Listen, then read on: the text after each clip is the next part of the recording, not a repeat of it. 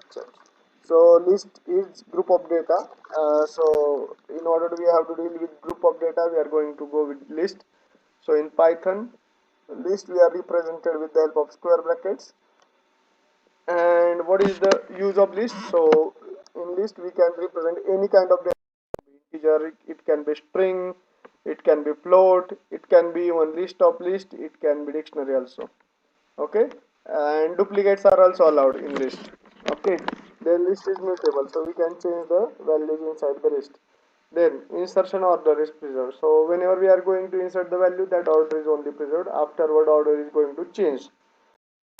And list is support positive and negative indexing just like string. So this is 0 to element, this is 1, this is 2, right? And this is -1 -2, right? And how we can Yes.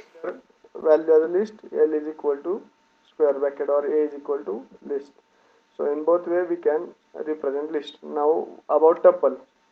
Tuple is immutable, so we cannot change the value. Once we have created object of tuple, then definitely we can't change it because tuple is immutable. And we can say tuple is read-only form of list, and data types are allowed over here.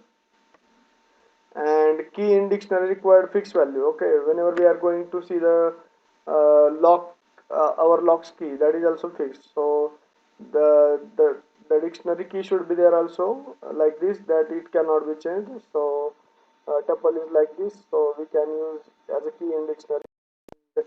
Tuple is also supporting positive and negative indexing in terms of execution time. So tuple is faster as compared to list because tuple values are not changed, right? So execution time is in tuple is less as compared to list.